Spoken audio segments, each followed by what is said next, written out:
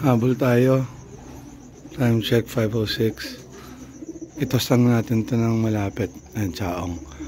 At ilang araw, 1 linggo ata itong walang lipad. So time check 5:28 no. So itong itsura ng Kalawan Bae na daan sa gabi. So hindi siya mas street light, walang street light, pero meron siyang reflectorized na or lighted na lines or pavement no. So yun nga, habol tayo no. Last toss nito mga to, self-training sa Riyaya. So ngayon Lucena ata ang release point. Ay try natin magboto lang kahit Chaong para lang mapagpag yung ibon. Gaya nga ng sabi ko, 1 linggong walang lipad. So napansin ko basa yung kalsada. Obviously umulan. Hopefully maganda sa Chaong. Otherwise ibababa natin ang ibon. Dito na tayo sa may San Pablo na tayo, sa intersection kaliwa pupunta sa bayan. Time check 6:15, 1 oras. So andito tayo sa bypass ng Chaong, sa ating paboritong releasean no.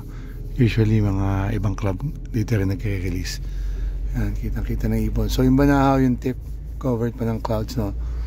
Hintayin lang natin, medyo lumiwanag pa, around 6:30 siguro, so kahit 6:45 okay lang. Buti naman maganda panahon, kaya minsan late ako nag-aalpas. Pakakita ko na kung maliwanag o madilim. Kanina parang hesitant pa ako dahil basa ang paligid eh. Kaya tayo ng hot choco. Baba natin ibon.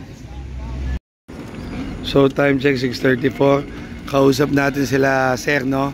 So nagkataon, Sir, ano pangalan mo? Carlos.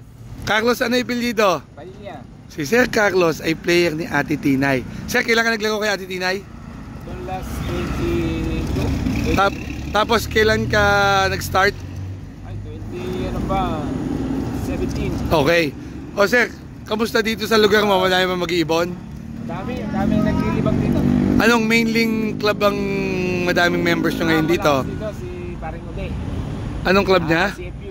Yun. Candelaria. Oo, kasi nag-uusap kami ni Sir, no? Nakita niya yung ibon, naitanong niya ako sa naglalaro. Maraming nararo sa kanya ngayon. Ayun, mabuti naman. Si Sir, first time, ito ulit eh. Oh. Sir, pangalan mo ulit? Aton.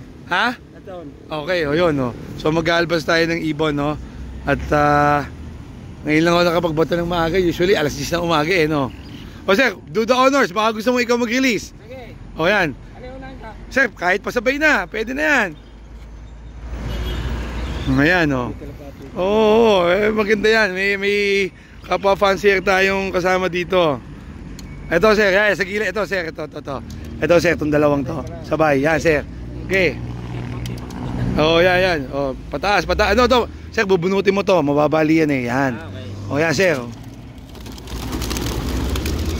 Yun.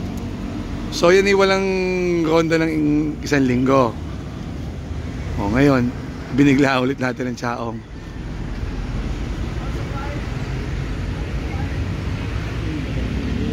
Wala na. Sir, maraming salamat ha. Nice meeting you. Add mo ako sa Facebook ha. Oo. Boss, magkikita pa tayo ulit. Sigurado ako. So, yun nga, 6:33 ako nag-alpas, 8:39 yung mga dinahanan pa ako, bumili pa akong patoka. Hindi ka pa magbukas yung tindahan. So, ayun, nadali pa. Diyos mio. Ayun o. Oh, ito pa, dalawa na injured o. Langya. Training, buti training. Sana hopefully may sali pa pagdating ng karera.